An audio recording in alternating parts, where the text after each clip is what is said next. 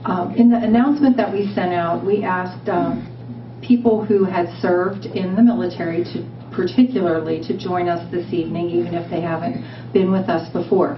So I want to take a moment before we start and ask people to stand, and I'm going to do it in rough groups, and I will apologize for not enumerating every era that people may have served in, but we'll start with the earliest and kind of work up. So is there anyone here tonight who was a World War II veteran?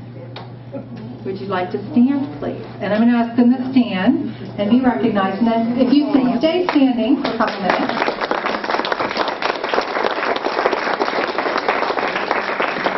I'd like Korean War veterans and the area between those time frames to stand. Thank you. Okay, if we're, yeah, we're going to sit.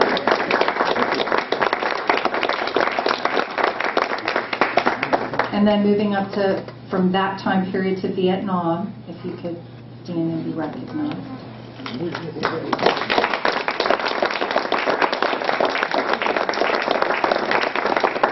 And then anyone who served more recently, if you could stand and be recognized.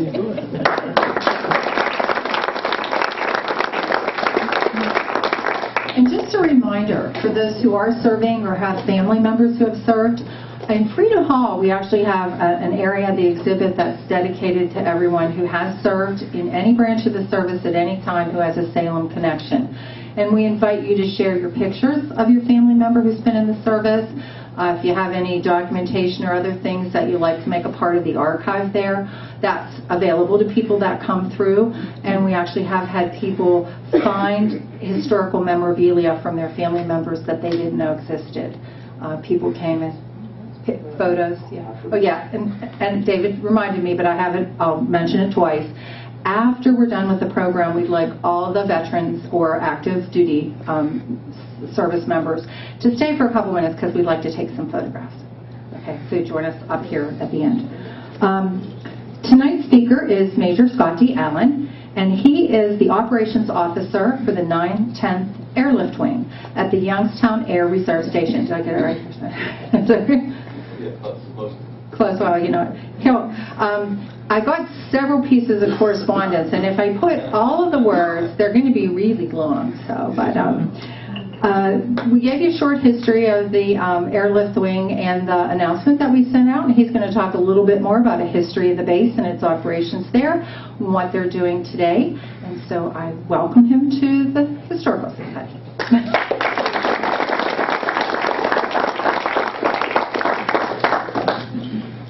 Good evening, everyone. It's my honor to be here tonight. As you well know, tomorrow is Veterans Day, and today happens to be the birthday of one of our branches. Any Marines in the house? Yes, sir. Semper Fi. Absolutely. I was that close to becoming a Marine back in the day because my grandfather was a Marine. He was in the 5th Marine Division, and he died on the 2nd day of Iwo Jima.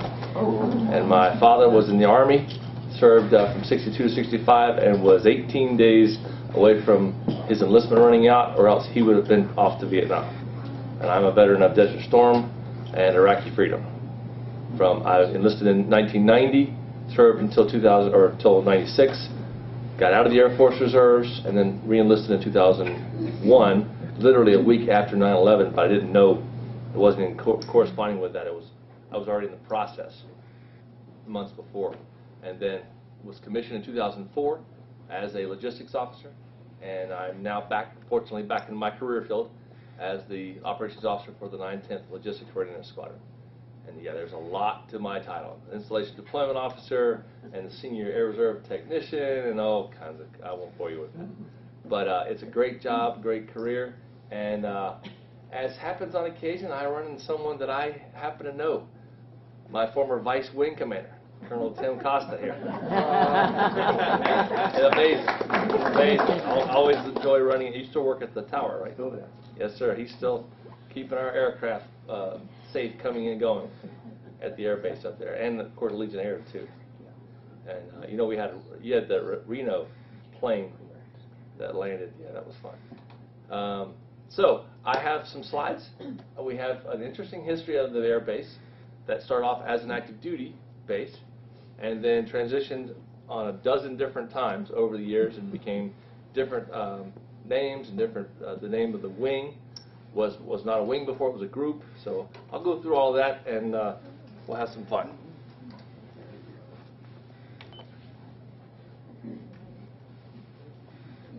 Let's see here. So we get warmed up. Don't anybody fall asleep now. It is warming up. Oh, there. Yeah. It will be there. All right. Our base has been without a historian for a few years, so I had to kind of make up some ground by combining the historical slides that fell off about 20 years ago and with the current slides and kind of make up some ground. So we'll have some fun here. This is an interesting little video clip here that I'm going to show you that gives you a little taste of a single engine aircraft that is having some trouble. Oh, let me go back there. It doesn't want to play. Why doesn't it want to? There it goes. Let's see if I can get it to play now. Play. Try double. What's Why that? we hate audio Try visual. double click on that little arrow. Click on the forward.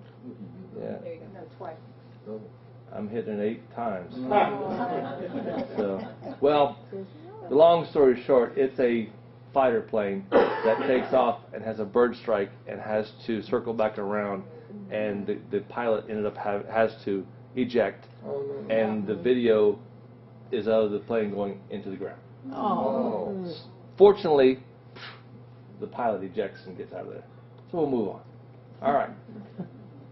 So the base wing history we'll cover, starting going all the way back to its construction as a part of the Youngstown Municipal Airport, like 1940, when it was a project under the Works Progress Administration. It was originally opened as a civilian air traffic, or with civilian air traffic in 1940. In 1952, Continental Air Command began shopping for a base to house fighters for Northern Defense. They met with Youngstown officials at least 4 times between 52 and 54, and they said, absolutely not. Not going to happen. Let's tell the Air Force in strong language we don't like their method of sneaking in on us.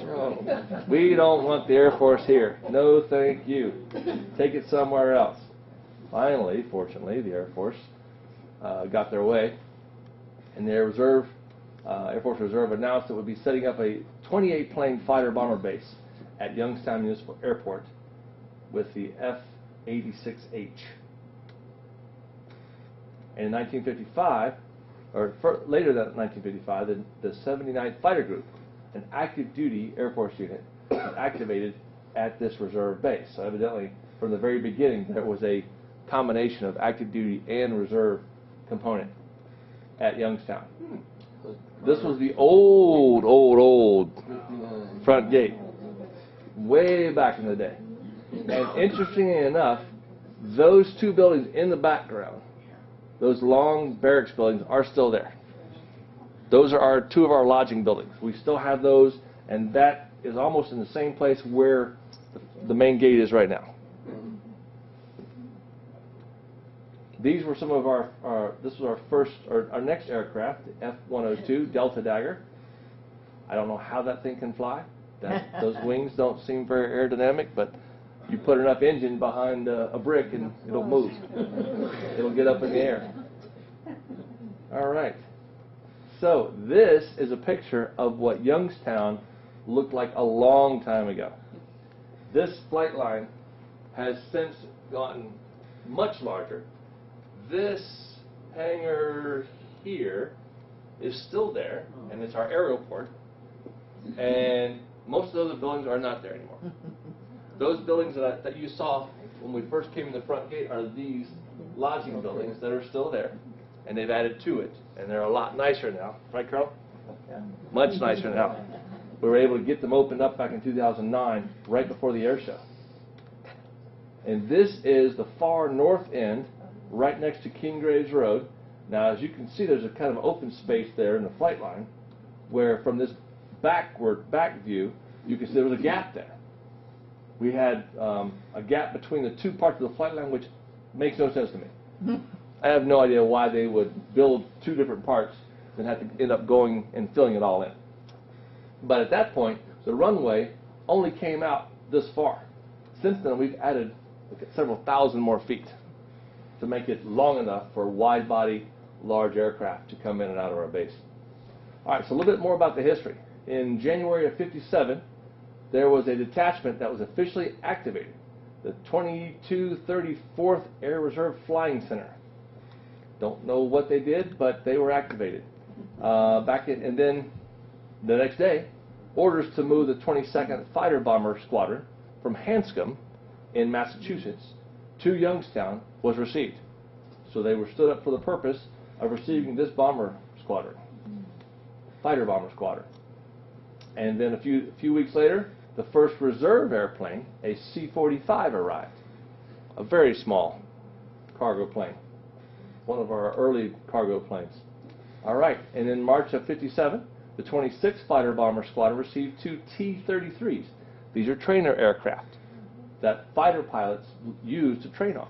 So it makes sense to have trainer planes on your base so they can continue to do training, so they don't do training in the actual fighters. They use these trainer aircraft. Ah, the old club, the old lodging, obviously a great gala that was being had back in the day, way back in the day, probably before I was even a twinkle. But this was in the old club. We still have the old club building. It's been repurposed at least 4 or 5 times, and it's now a multifunctional building with a chapel and a USO lounge. It's a wonderful building. Anybody recognize this guy? Yeah. Sammy. Sammy Davis. He came to Youngstown, don't know when, but he was rocking it. Having a great time. And our guys were right there on the stage with him and having a ball. Then there was devastating news, which wasn't long after we got all these guys. The 26th was inactivated, which was very strange. I guess a 2-year run. Not very long. In its place, the 757th Troop Carrier Squadron with medium-sized aircraft was moved from Birdfield, Virginia to Youngstown. And at the time the 26th Fighter Bomber Squadron was inactivated, it had quite the variety of aircraft. It had 10 trainer planes, a C-45, and 3 F-86 aircraft. So when they stood them down, they all had to go somewhere. So they were dispersed across the Air Force, and then we started receiving these new aircraft.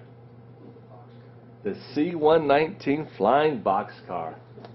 That is a piece of our history right there. So, this was probably taken in the summer of '57 of an F-86H.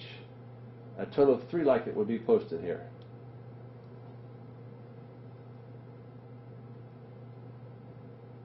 The C-117, or C-119, was now the aircraft out of Youngstown. And we had, I don't remember exactly how many of these we had, but it could carry a crew of 5, and it could carry up to 62 troops, or 35 stretchers, or 10,000 pounds of cargo. Our C-130s now can carry 10,000 pounds on 1 pallet, and can carry 6 pallets. So that tells you a little bit of the comparison between our current smallest cargo plane in our fleet versus this was the top of the line back in the day. The 757th Bombardment Squadron brought an impressive history with it. The 757th is still a unit at Youngstown today. So it has been around for many, many years. 1943, it was activated as the Bombardment Squadron for Heavy Aircraft in Alamogordo, New Mexico. Within a year of its existence, it had developed quite the list of accomplishments. 242 combat missions against targets in Italy, southern France, Austria, the Balkans, Germany. And then it was inactivated. In '55, it was activated into the Air Force Reserve at Birdfield, Virginia, and then brought up to Youngstown. In 1963, the 910th Troop Carrier Group was activated and assigned to Youngstown as well. So the 9/10th is where we are now, but we're not a group anymore. We're a wing. We've grown a little bit. We grew up. He was so cute when he was a little group. Now he's a nice big wing. 1967, the 9/10th was re-designated as the 9/10th Tactical Airlift Group. So you can see how our name is starting to get there, the 9/10th Airlift Wing. The inventory consisted of 16 C-119s, 1 C-47, and 1 U-3. The C-47 and U-3 aircraft were used to provide combat readiness training for regular Air Force officers assigned to recruiting and ROTC duty in northeastern Ohio and Pennsylvania. In January of 1970, the Tactical Airlift Group was redesignated as the 9/10th Tactical Air Support Group. This was a mission change from cargo to forward air control. This meant that the C-119 aircraft were transferred out. They're gone from Youngstown. And the authorized number of U-3As was increased to 15. The mission called for O-2s, but since none were available, the U-3 was assigned as an interim aircraft. And the O-2, which we were supposed to get but weren't able to, obviously has a very small, one pilot, one observer, very small aircraft, and fairly slow. In 1971, another change. The announcement came that although it was already well into training for its new mission, the 9/10th would be converting to the A-37 Dragonfly. Change to the change. Semper Gumby. Always flexible, right? Semper Gumby. This was a frontline fighter. It was still being used in Southeast Asia for air-to-ground operations and counterinsurgency missions. And in 1973, the 9/10th was redesignated again to the 9/10th Tactical Fighter Group. So fortunately, it's still the 9/10th. Otherwise, we wouldn't even know it. We wouldn't recognize it anymore. All right. This guy, he could do some good close air support there. He was configured with 2 machine pods and rockets and bombs for 4 sidewinder missiles there. Could do a lot of damage. And all good things must end. In 1979, an official announcement was made about conversion to the C-130. Get rid of all those aircraft and bring in some other ones. So, 1979, we became a C-130 base. And as you can see the flight line, that missing spot of flight line has been filled in now. And they've got a couple more hangars on there and a few more buildings scattered around. In 1981, the first C-130 arrived at Youngstown Municipal Airport. So 2 years later, we finally get the first aircraft after we've been redubbed. And then in 81, the 9/10th Tactical Air Support Group went back to the 9/10th Tactical Airlift Group. And then this is a little history about C-130s. In 1954, the first C-130s made their maiden flight in Burbank, California. The C-130A, I don't know if you know a little bit about C-130s, but they only had three blades on the engines, on the props. And the C-130s from like about B model on had 4 blades, and now the new J models have 6 blades. And they're very unique, and the plane is longer and sleeker and faster, can haul more cargo, has more fuel. It's a beautiful aircraft, but we don't have any here. Yes, we'd love to, but not yet. We're still hoping. Fingers are crossed. All right, and this is a little synopsis of what all the different aircraft we've had. A lot. At different times and for very short periods of time, sadly. Until the 1970s. Now, in 1992, and actually in the time period of 89 to 92, our former Congressman Trafficant was able to acquire 16 brand new C-130Hs and have them put right here at Youngstown. We still have 8 of those aircraft. We've had to disperse 8 of them over the last 6 or 7 years to other bases, so we're down to 8, but we still have 8 of those 20-plus-year-old aircraft now, but they're still flying great. You'd never know they were that old. It's phenomenal how well they've kept them. All right. Some of the things that Youngstown has done over the years, as you remember Hurricane Katrina. All right. What you may not know is Youngstown has a very unique mission. Several of our aircraft are configured to do aerial spray. And what that means is they have this huge rigging that fills up the whole back of the plane. And then they hook these rods in through the parachute doors that stick out the sides, and they actually spray micro amounts of insecticides for insect abatement. The Marines down at Paris Island love us because we keep the sand fleas down. They are still bad. They're still terrible. But they could be a whole lot worse. Thanks to Youngstown, they're not. We also, because Hurricane Katrina left so many hundreds and hundreds of square miles covered in water, we were able to keep the mosquito population down. And we flew missions down there for how many months? Long operation. Cost of pesticide was phenomenal, but the government used our special mission to take care of this area during that horrible time in New Orleans. And then again, during the Deepwater Horizon, when the Gulf oil spill 2 years ago, our birds were used to help dissolve the oil. We had a chemical mixture that we were able to fly 100 feet over the ocean. That's crazy. 100 feet over the ocean, we were able to fly and disperse the oil and help it dissolve and help abate this issue. And we were doing great until some media folk got in a boat and decided they wanted to be out there in the middle of the oil, and then they got sick. But it wasn't the oil's fault. It was that plane flying over that dropped microscopic amounts of whatever on them and made them sick. So we had to stop. It was dawn, exactly. So we had to stop. It was crazy. But you know how it goes. It was a wonderful mission. So now we have so much going on at Youngstown. Our base is involved in so many different activities with the pilot for the day. That's our public affairs folks bring in a young person that's diseased, that's really in bad shape, and they treat him like a royal lieutenant for the day, and let them get him a ride on a 130. Well, I think they just taxi, right? Taxi. But still, it's everything. They put him in a flight suit. They act like they're a pilot for the day. They get to hang with some of the flyers and get to meet the wing commander and get treated like royalty. And it's an amazing program. And we have a Civil Air Patrol at the base. We work with the junior ROTCs in the area. Several of our volunteers go out to junior achievement, including myself. Also, part of the Honor Guard.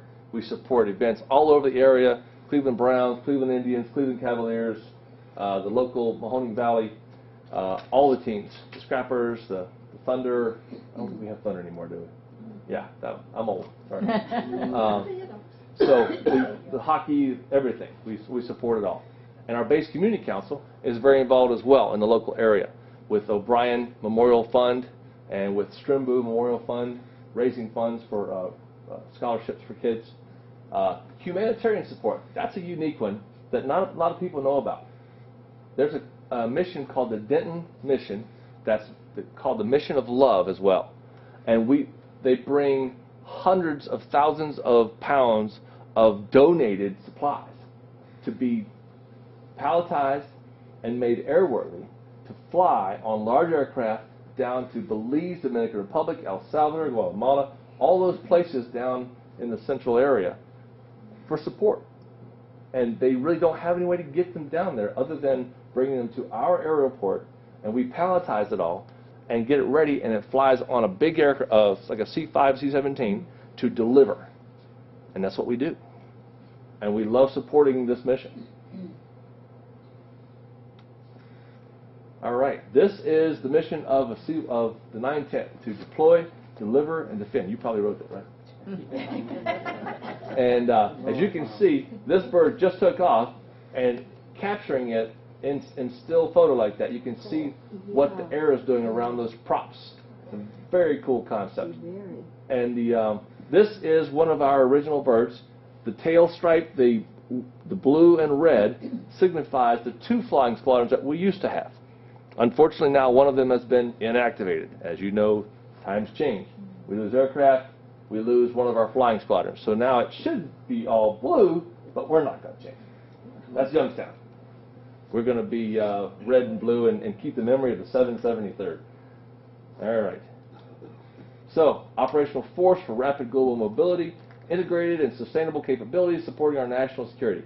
What does that mean? That's our vision. We support the Air Force. We're moving on. This is a real quick picture of where the 9th Tenth fits into the big picture of the Air Force. Obviously, we have a big Air Force, but then one of the many commands in the big Air Force is the Air Force Reserve Command. And it's now an actual command with a 3-star general that runs it, and we actually take on entire bases, or did during Operation Iraqi Freedom, and we would provide the entirety of the base with reservists that ran the whole base. In Balad, a couple other places, and because we were a command, we can do that. And within that command, we have 3 breakouts, 3 air forces that are basically like regionals. And within those 3 regionals, the other 2 regionals they're divided up into cargo aircraft and fighter aircraft and the other kind of aircraft. But we're the cargo aircraft, the 22nd Air Force. And all these bases, the 910th here at Youngstown, the 911th in Pittsburgh, the 914th is up in Niagara, the 94th is down in Dobbins, I believe, and we're all over the place. The 440th is Pope, and I think the 445th, which isn't in ours, is over Wright-Patterson. So this is how we fit into the Air Force. Now this is the organization of the Youngstown Air Reserve Station, of the 910th Airlift Wing. And that 3rd column, the 910 MSG, I was the group exec for a bunch of years. And all the way down that list, the 910 LRS, that's my squadron. So that's where I fit into the Air Force. And we love what we do. We have 9 aircraft. We have 5 C-130H2s. And we actually have 3 of them that have been kind of upgraded to 2.5s, 2.5. It's all avionics and high-tech stuff that's, I have to kill you if I owe you by, because I don't know anything. And then our manning. This is the numbers. This is what people don't see also. We have 1,500 total combined reservists and civilians and AGRs, which is active duty guard and reservists, and Air Reserve technicians that all work at Youngstown. And on a day-to-day basis, there's over 400 people on the base that are full-time employed. And if you can put all of them together, including the contractors and the reserve, the Marine Corps Reserve Unit on base, the Navy Operational Support Center on base, we have almost 2,000 people that could be on that base at one time. That happens about once a month. The Marine Corps unit that's out there is, I think this might have changed. They remissioned recently, so we'll move on. Marines are Marines, right? Pick up a rifle. And then the Navy mission, I think that might be still the same. They have heavy equipment. And then our impact on the local area and on the military. It's significant.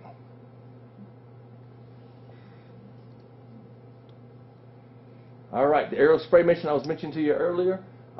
We are the only one that has this is the aircraft in action, and that amount of liquid that comes out of those tubes, it dissipates so smoothly and uniformly because of the way they have the pipes and the nozzles configured, where it distributes it very evenly. And it's amazing. They go out there, the entomologists will go out to the areas where they spray, and will be able to tell immediately the different count in the insects from before and after.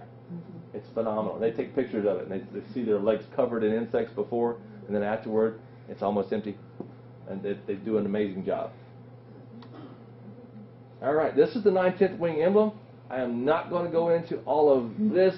Perfus nebulae, a base azure, and or, that's something. That tells you what, this is old. I think it's English. And but this is how they use the what do you call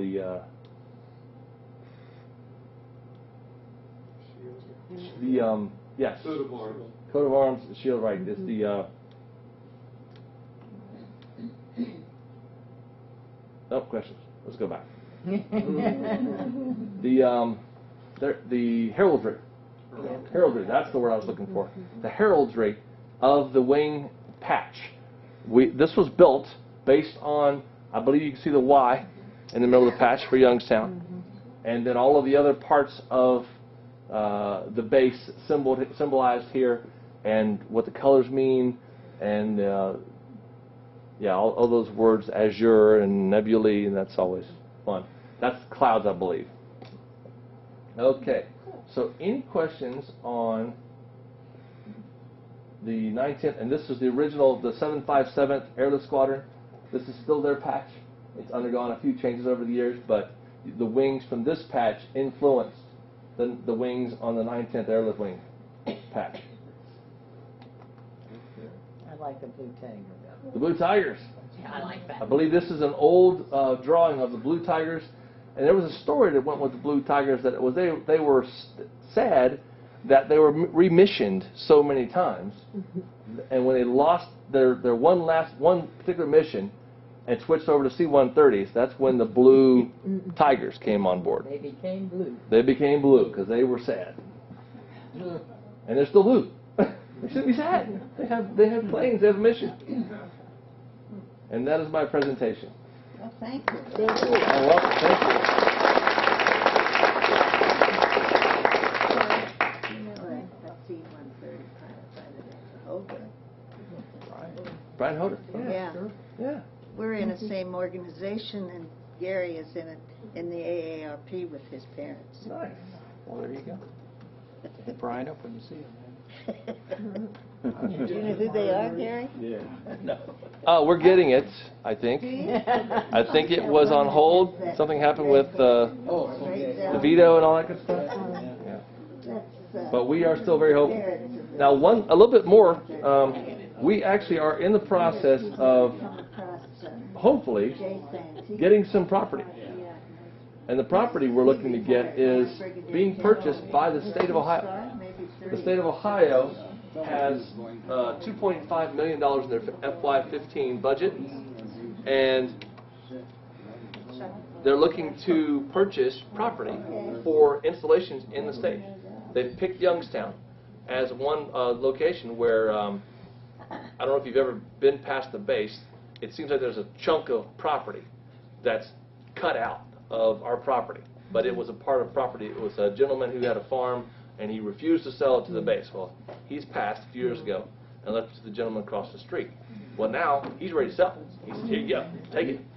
So the state is buying it for us, and we're going to move our main gate from where it's been all these years over into that property so that we can have proper standoff distance and security, and maybe even build a new supply warehouse and receiving.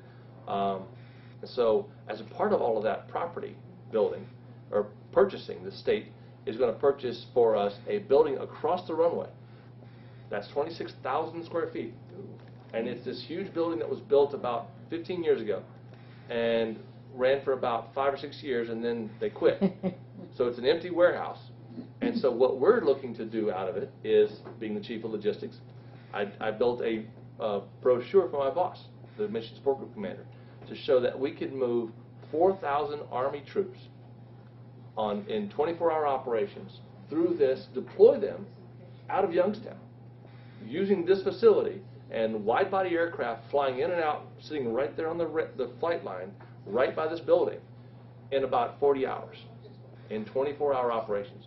And that's only one aircraft every hour and a half taking off. That's not very fast ops tempo. But if you steadily move at it, you have staggering chocks every hour and a half, and barring maintenance issues and aircraft not showing up from somewhere else, we can move a lot of people through Youngstown. And so we're trying to do that. We're getting those missions and that building purchased, hopefully by the state, and then we're getting our base more stable and adding to the mission of the base so that it will be around for a long time. That is the plan. Thank you, folks. Thank you.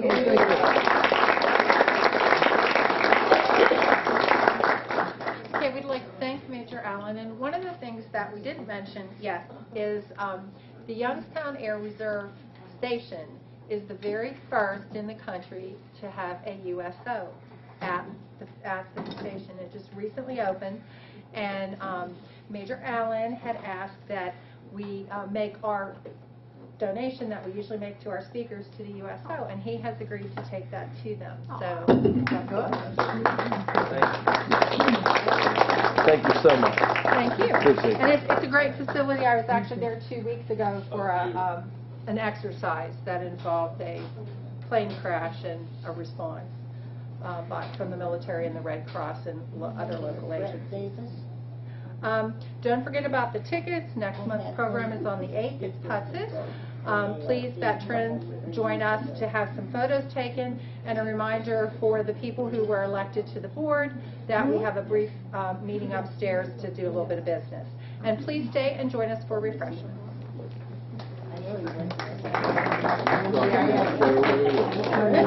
Yes, sir.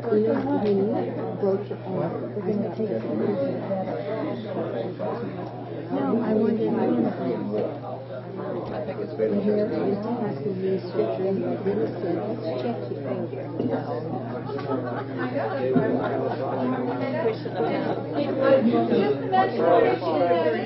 Richard Tyke, one of our members, brought some photos of the Cree War, and they're up on the table at the front if you want to take a look during refreshments.